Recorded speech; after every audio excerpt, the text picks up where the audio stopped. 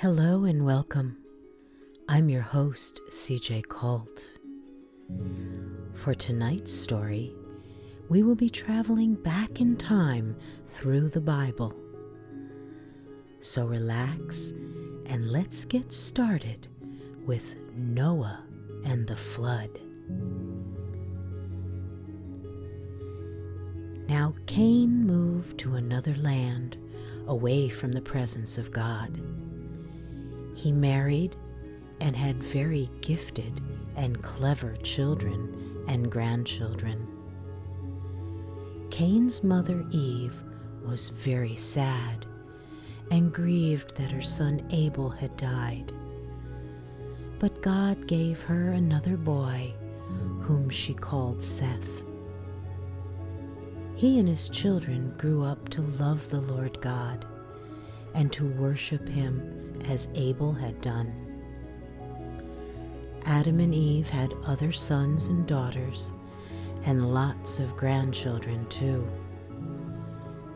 There were now many people alive on the earth, and they lived to a great age in those days. But as time passed, and the first people who lived on earth died, men and women forgot their God and what they had known about him. They quarreled, stole, and lied and cheated. They became evil and selfish. The Lord looked on the earth and saw that the people had become bad and violent. It grieved him in his heart so much that he was sorry that he had ever made man at all. He said, "The people have become vile and cruel. I cannot have them living on my earth any longer. I will put an end to all this wickedness. All these people shall be destroyed." How different it all was now. Once there had been love and harmony in all God's wonderful world, and now it was all spoiled. Hate, greed, and fear, and all kinds of evil had come in. Men were unkind to one another, and even children were being hurt. There was one man, however, in whom God delighted.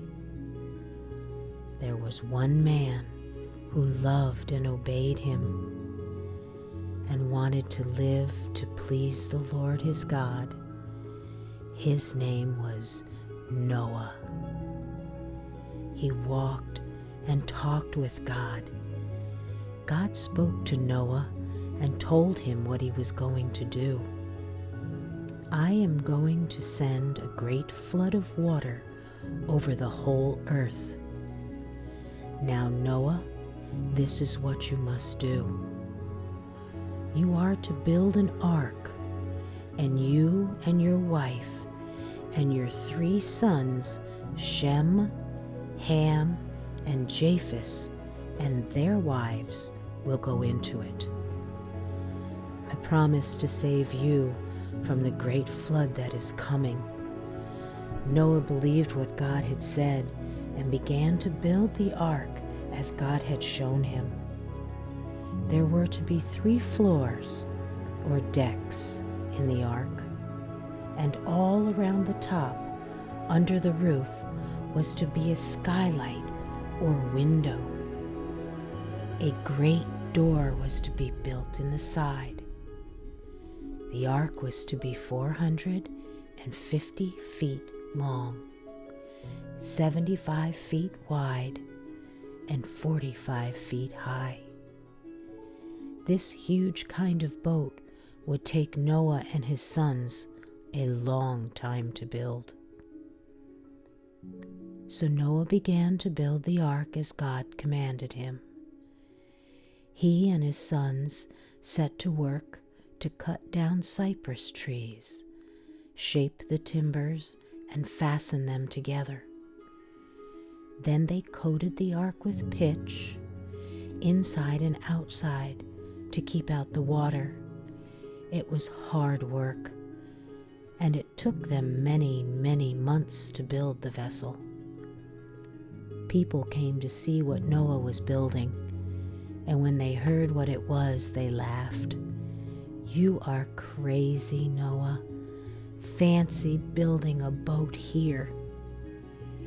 Then Noah told them what God said was going to happen, and why the great flood was coming, and they laughed all the more. They did not believe him.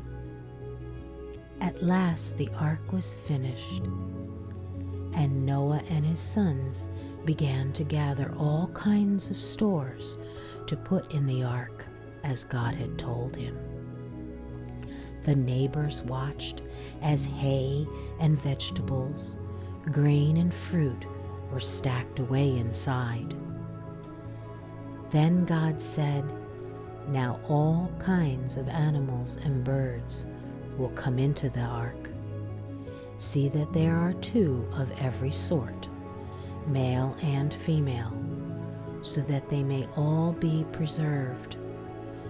But take 7 each of all the clean animals and birds.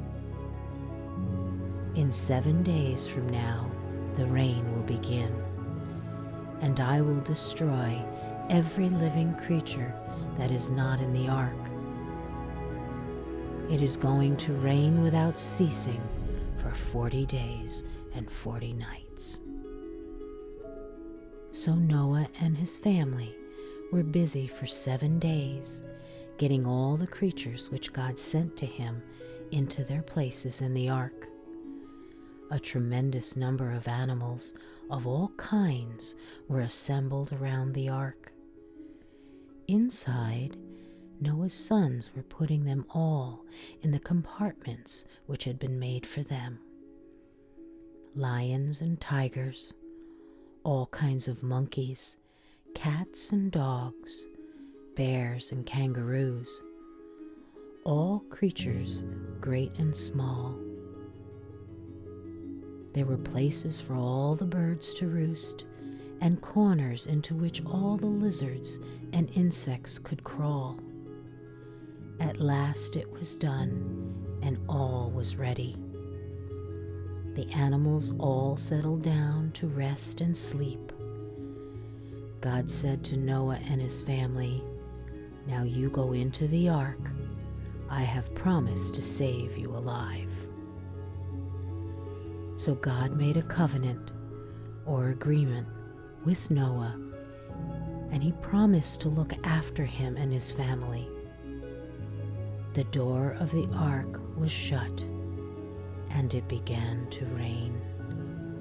It rained and rained and rained. All day it rained, and all night and the next day. It continued to rain without stopping for almost 6 whole weeks. Water welled up from under the earth also, and the ark began to float. It was lifted up and rode on top of the waters. Inside, Noah's family of 8 persons, and all the animals and birds were safe. Outside, the water swirled about the hills and crept higher and higher until even the mountains were covered, and every creature was drowned. None escaped, except those who had come into the ark which Noah had built. Then, at last, the rain stopped. Noah looked out of the window of the ark. There was water everywhere. Even the mountain tops were covered. It took many days for the water to go down. Then Noah opened the window and sent out a raven, which kept flying around, but could find nowhere to perch.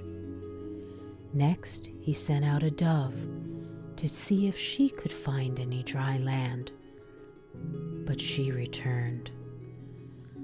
Another week passed, and he sent her out again. This time she returned with a fresh olive leaf which she had plucked. After another 7 days, he sent her out again. This time she did not come back to him. Noah removed the covering of the ark and looked about him. It had come to rest on Mount Ararat, and Noah saw that the ground around him was now dry. The water had at last drained away from the surface of the earth.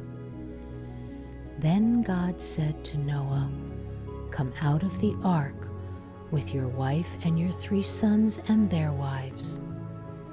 Bring out every living creature and all the birds, and make a fresh start. Let them all have their young, and let them multiply and fill the earth again." So Noah came out of the ark, and all the animals with him, and he took some of the clean beasts and birds, and built an altar, and offered a burnt sacrifice to God. Noah worshipped the God of heaven, and gave thanks to him.